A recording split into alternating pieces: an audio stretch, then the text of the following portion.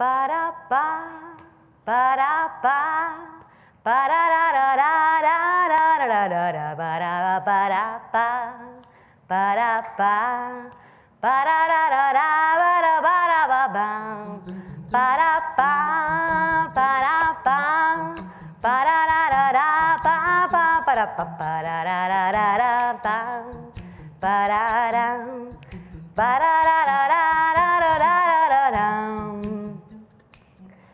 Doncs mireu, us volem explicar una història que li va passar amb una amiga nostra. Una amiga nostra que es diu Carolina.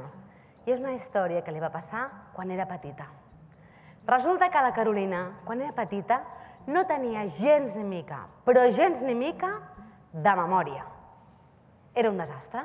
I la seva mare li deia: Carolina, carinyo, vés al mercat i compra'm cebes, alls, cigrons i un paquet de macarrons. I ella, us juro que feia el possible per recordar-se'n. Cebes, alls, cigrons i un paquet de macarrons. Cebes, alls, cigrons i un paquet de macarrons. Arribava a la botiga... Què vols, maca?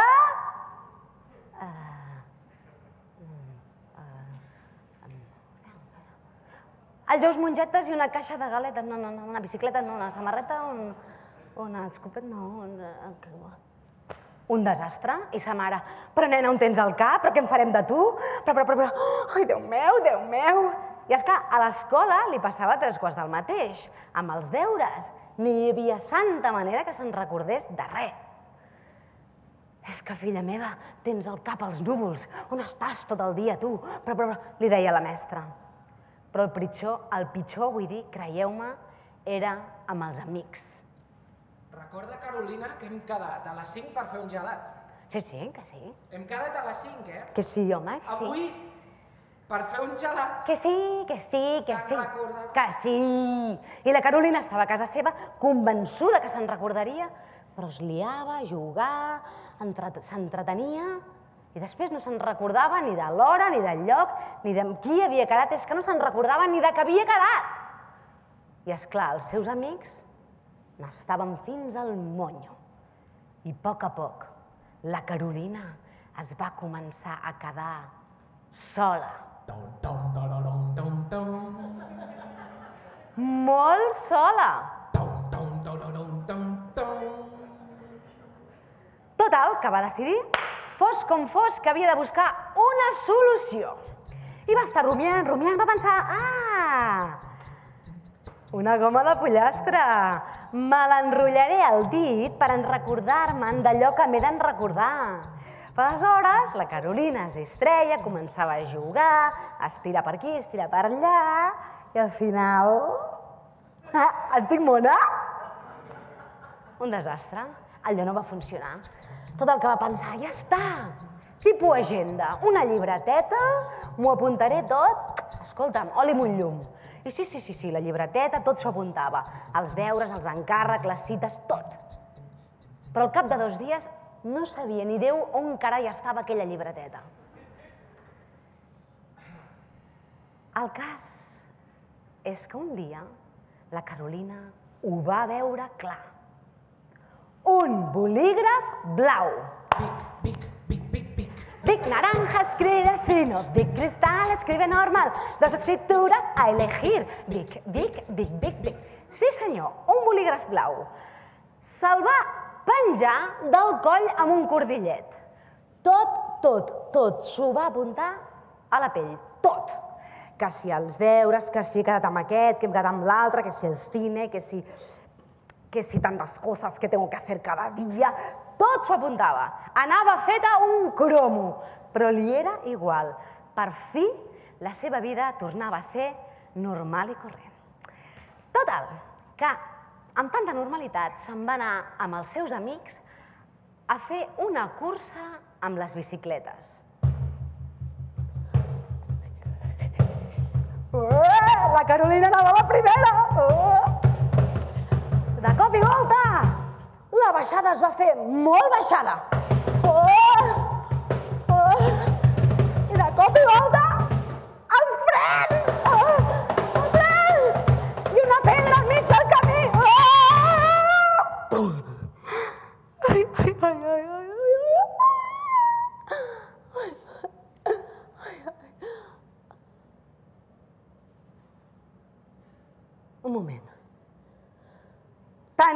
sang blava! A veure, això, molt bé. Entre nosaltres, el que havia passat és que de tant apuntar-se les coses a la pell, la tinta havia traspassat la pell i havia tenyit la sang de color blau. Però ella això ni en somni s'ho podia imaginar. Blava? Aleshores vol dir que sóc una princesa! I va agafar els bàrtols i cap a Palau.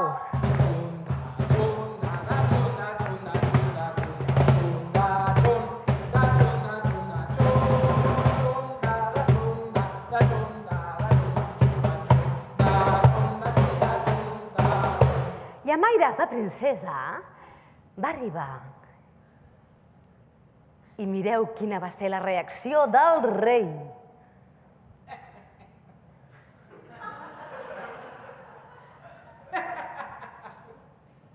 Que ets una princesa? Oscar. Que ets una princesa? Perdona. Perdó,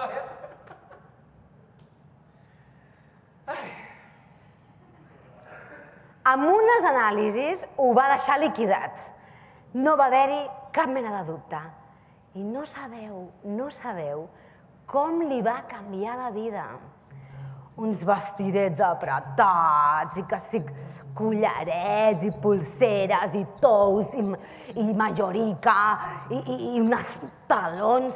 I esclar, a Palau havia d'aprendre un munt de coses noves, amb la quantitat de protocol que tenen aquesta gent.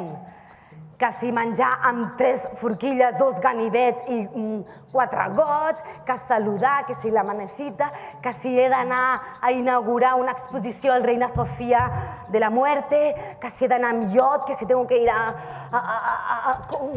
un pisco labis con el ministro de Hacienda. Tot s'ho havia d'apuntar. Fins que un dia, com tota la vida, el bolígraf blau es va acabar. I la Carolina no se li va ocórrer res més que canviar-se'l per un de color negre. Big naranja escribe fino, Big cristal escribe normal, 2 escrituras a elegir, Big, Big, Big, Big, Big. I ella, tan tranquil·la, poc imaginava on s'estava ficant i va continuar apuntant-s'ho tot. Que si tengo que ir a esquiar, que si el yate, que si esto, que si el otro, que si que guay, que si donde me da la gana, que si soy la hòstia. I aleshores un dia va arribar el dia de provar la primera classe d'equitació. Guapo, príncipe heredero, guapo. ¡Al paso, príncipe heredero! ¡Al trote, príncipe heredero! ¡Al galope, príncipe heredero! ¡Príncipe heredero! ¡Príncipe heredero! ¡Pum! Oye, coño con el príncipe heredero. Total. Es que es lo que tienen los pinganillos estos, que te desfasas y no te das cuenta. Total, que es va estampar i va començar a rajar-li sang, que com sou tan llestos, a hores d'ara ja sabeu de quin cara i de color era. Negre. I el rei, quan ho va veure, Déu meu. Com? Fora de Palau! Però no ho entenc. No. Jo tenia la sang negra, de veritat. Ai, blava, vull dir... Fora de Palau, fora de Palau. Que sí, de veritat. A la puta! Oye, Fora de Palau. total, que la Carolina va agafar els seus barcos, les seves maletes, i se'n va anar. Va agafar l'avinguda avall, i es va sentir realment molt sola. Però molt sola.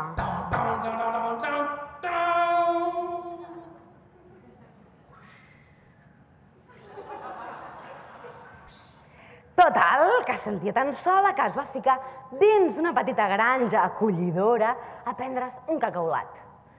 I mentre prenia el seu cacaulat Va veure que la tele estava encesa i feien un d'aquests programes tan interessants que fan a la 2 després de dinar sobre bèsties i documentals i països i es va quedar absolutament enganxada.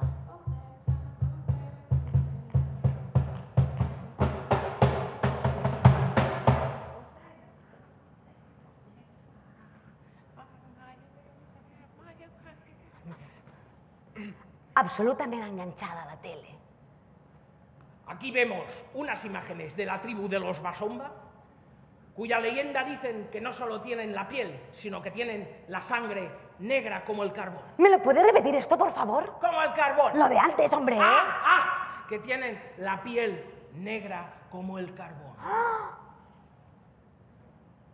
Ho va veure clar. La Carolina era una besomba més. Va agafar les maletes, va agafar el primer tiquet més barat que va trobar i va creuar tota l'Àfrica. I molt precabuda va arribar amb una agulla de cap. En demostrar l'evidència no va haver-hi cap mena de dubte. I altra vegada la vida li va donar un tom increïble. Res de vestidets apretats, res de sabates de taló. Ben fresqueta i descalça, m'enteneu? I escolta, que havia d'aprendre moltíssimes coses.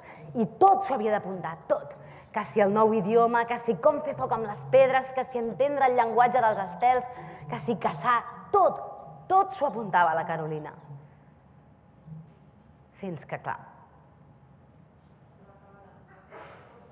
què li va passar? Se li va acabar el bolígraf i ella no se li va ocórrer res més que canviar-se'l per un de color vermell. Big naranja escribe fino, Big cristal escribe normal, dos escrituras a elegir, Big. Tot el que se'l canvia per un de vermell i tan tranquil·la va continuar apuntant-s'ho tot. Tot, fins que va arribar el gran dia de la cerimònia de germans de sang. No sé si ho heu fet mai a la vostra vida quan éreu petits, que era algo habitual en aquells temps, que consistia en que dues persones segellaven la seva amistat i el seu amor etern juntant la seva sang. Aquesta tribu feia el mateix quan havien d'acollir algun nou vingut a la seva tribu. Que d'allà segur que no l'havien fet fora, perquè per dintre tenia un sentiment, se sentia sola! Molt sola!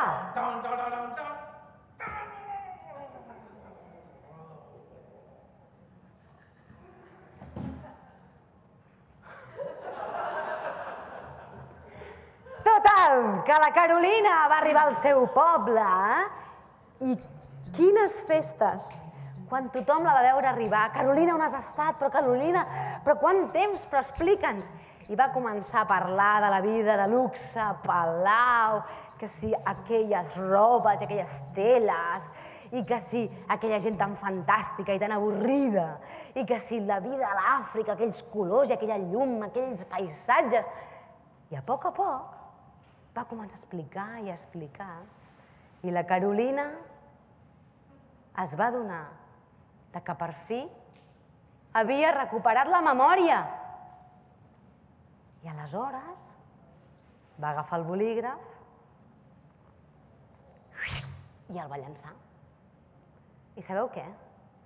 El més important que va aprendre la Carolina va ser que aquelles experiències, aquelles aventures que ens passen, les més potents, aquelles són realment les que mai s'obliden. Gràcies.